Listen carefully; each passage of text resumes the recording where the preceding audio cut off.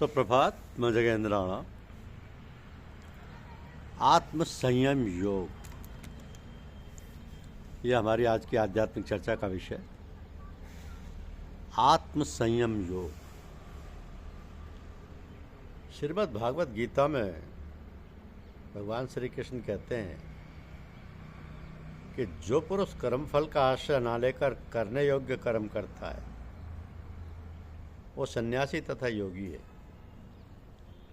और केवल अग्नि का त्याग करने वाला सन्यासी नहीं है तथा केवल क्रियाओं का त्याग करने वाला योगी नहीं है। तो हे अर्जुन, जिसको सन्यास ऐसा कहते हैं उसी को तो योग जान, क्योंकि संकल्पों का त्याग न करने वाला कोई भी पुरुष योगी नहीं होता।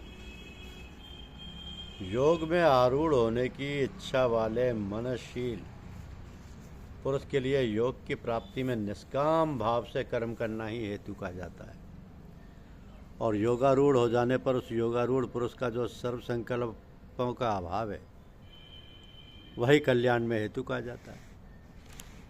तो जिस काल में न तो इंद्रियों के भोगों में और न कर्मों में ही आसक्त होता है उस काल में सर्व संकल्पों का त्यागी पुरुष योगारूढ़ कहा जाता है।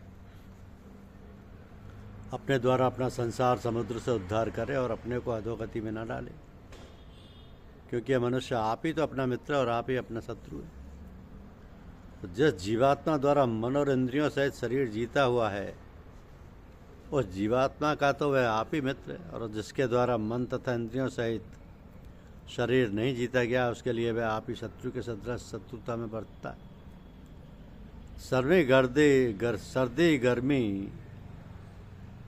सर्दी गर्मी और सुख दुख आदि में तथा मान और अपमान में जिसके अंतःकरण की वृत्तियां भली भांति शांत हैं, ऐसे स्वाधीन आत्मा वाले पुरुष के ज्ञान में सच्चिदानंद घन परमात्मा सम्यक प्रकार से स्थित है, अर्थात उसके ज्ञान में परमात्मा के सिवा अन्य कुछ है ही नहीं। तो जिसका अंतःकरण ज्ञान विज्ञान से तृप्त है, जिसकी स्थिति विकार रहित है, जिसकी इंद्रियां भली भांति जीती हुई हैं और जिसके लिए मिट्टी पत्थर और सुवर्ण समान है, वह योगी युक्त अर्थात भगवत प्राप्त है, ऐसे कहा जाता है। तो सुहद मित्र वैरी उदासीन मध्यस्थ द्वेष्य और बंधुगणों में धर्मात्माओं में और पापियों में भी समान भाव रखने वाला अत्यंत श्रेष्ठ है। मन और इंद्रियों सहित शरीर को बस में रखने वाला आशा रहित और संग्रह रहित योगी अकेला ही एकांत स्थान में स्थित होकर आत्मा को निरंतर परमात्मा में लगावे। शुद्ध भूमि और जिसके ऊपर क्रमशः कुशा मृगशाला और वस्त्र बिछे हैं, जो न बहुत ऊंचा है और न बहुत नीचा है, ऐसे अपने आसन को स्थिर स्थापन करके उस आसन पर बैठकर चित्त और इंद्रियों की क्रियाओं को बस में रखते हुए मन को एकाग्र करके अंतःकरण की शुद्धि के लिए योग का अभ्यास करे। काया सिर और गले को समान एवं अचल धारण करके और स्थिर होकर अपनी नासिका के अग्रभाग पर दृष्टि जमाकर अन्य दिशाओं को न देखता हुआ ब्रह्मचारी के व्रत में स्थित भयरहित तथा भली भांति शांत अंतःकरण वाला सावधान योगी मन को रोककर मुझ में चित्त वाला और मेरे परायण होकर स्थित हो गए। तो वश में किए हुए मन वाला योगी इस प्रकार आत्मा को निरंतर मुझ परमेश्वर के स्वरूप में लगाता हुआ मुझ में रहने वाली परमानंद की पराकाष्ठा रूप शांत को प्राप्त होता है।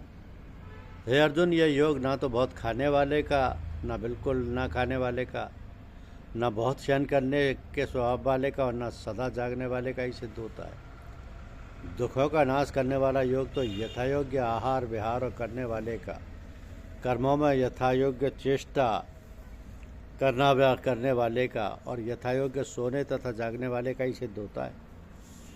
अत्यंत वश में किया हुआ चित्त जिस काल में परमात्मा में ही भली भांति स्थित हो जाता है उस काल में संपूर्ण भोगों से स्पृहा रहित पुरुष योग युक्त कहा जाता है। योग युक्त ऐसा कहा जाता है।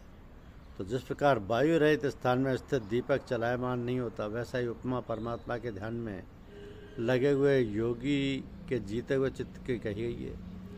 योग के अभ्यास से निरुद्ध चित्त जिस अवस्था में उपराम हो जाता है और जिस अवस्था में परमात्मा के ध्यान से शुद्ध हुई सूक्ष्म बुद्धि द्वारा परमात्मा को साक्षात करता हुआ सच्चिदानंद घन परमात्मा में ही संतुष्ट रहता है। इंद्रियों से अतीत केवल शुद्ध हुई सूक्ष्म बुद्धि द्वारा ग्रहण करने योग्य जो अनंत आनंद है, उसको जिस अवस्था में अनुभव करता है और जिस अवस्था में स्थित ये योगी परमात्मा के स्वरूप से विचलित होता ही नहीं, तो परमात्मा के प्राप्ति रूप जिस लाभ को प्राप्त होकर उससे अधिक दूसरा कुछ भी लाभ नहीं मानता, और परमात्मा प्राप्ति रूप जिस अवस्था में स्थित योगी बड़े भारी दुख से चलायमान नहीं होता, जो दुख रूप संसार के संयोग से रहते हैं तथा जिसका नाम योग है, उसको जानना चाहिए।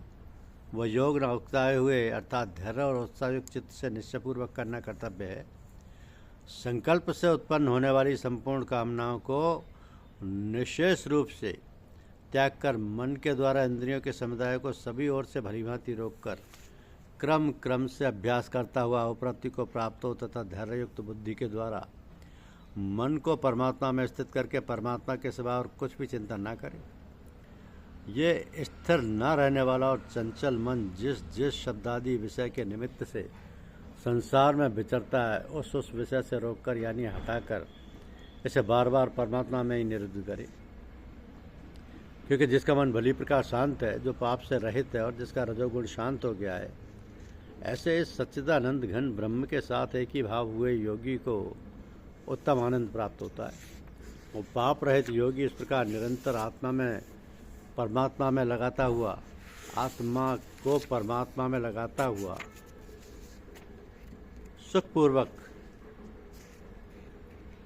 सुखपूर्वक पर ब्रह्म परमात्मा की प्राप्ति रूप अनंत आनंद का अनुभव करता है।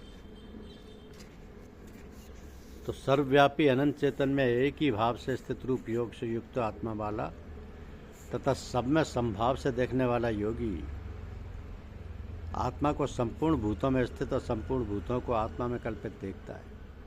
जो पुरुष संपूर्ण भूतों में सबके आत्मरूप मुझ वासुदेव को ही व्यापक देखता है और संपूर्ण भूतों को मुझ वासुदेव के अंतर्गत देखता है, उसके लिए मैं अदृश्य नहीं होता और वह मेरे लिए अदृश्य नहीं होता।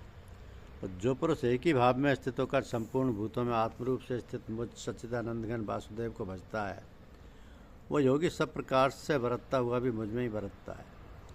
तो हे अर्जुन, जो योगी अपनी भांति संपूर्ण भूतों में सम देखता है और सुख अथवा दुख को भी सम देखता है, वह योगी परम श्रेष्ठ माना गया है।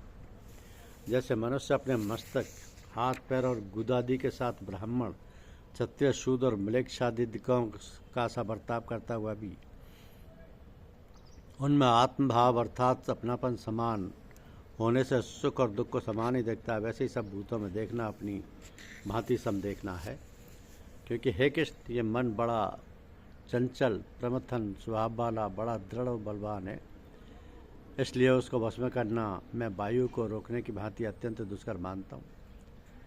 तो भगवान बोले कि हे महाभाव, निस्संदेह मन चंचल और कठिनता से बस में आने वाला है, परंतु हे कुंती पुत्र अर्जुन, ये अभ्यास और वैराग्य से बस में होता है। जिसका मन बस में किया हुआ नहीं है, ऐसे पुरुष द्वारा योग दुष्प्राय है, और बस में किए हुए मन वाले प्रयत्नशील पुरुष द्वारा साधन से उसको प्राप्त होना सहज है, यह मेरा मत है। तो हे श्री कृष्ण, जो योग में अर्जुन जी कहते हैं कि हे श्री कृष्ण, जो योग में श्रद्धा रखने वाला है किंतु संयमी नहीं है, इस कारण जिसका मन अंतकाल में योग से विचलित हो गया है, ऐसा साधक योग की सिद्धि को अर्थात भगवत साक्षात्कार को ना प्राप्त होकर किस गति को प्राप्त होता है। हे महाभावों, क्या वह भगवत प्राप्ति के मार्ग में मोहित और आश्रय रहित पुरुष छिन्न भिन्न बादल की भांति दोनों ओर से भ्रष्टों का नष्ट तो नहीं हो जाता? हे श्री कृष्ण, मेरे संशय को संपूर्ण रूप से छेदन करने के लिए आप ही योग्य हैं, क्योंकि आपके सिवा दूसरा इस संशय का छेदन करने वाला मिलना संभव नहीं है। तो भगवान श्री कृष्ण कहते हैं कि हे पार्थ, उस पुरुष का ना तो इस लोक में नाश होता है और ना परलोक में ही, क्योंकि हे प्यारे, आत्मोद्धार के लिए अर्थात भगवत प्राप्ति के लिए कर्म करने वाला कोई भी मनुष्य दुर्गति को प्राप्त नहीं होता। योग भ्रष्ट पुरुष पुण्यवानों के लोकों को अर्थात स्वर्ग आदि उत्तम लोकों को प्राप्त होकर उनमें बहुत वर्षों तक निवास करके फिर शुद्ध आचरण वाले श्रीमान पुरुषों के घर में जन्म लेता, अथवा वैराग्यवान पुरुष उन लोकों में ना जाकर ज्ञानवान योगियों के ही कुल में जन्म लेता है।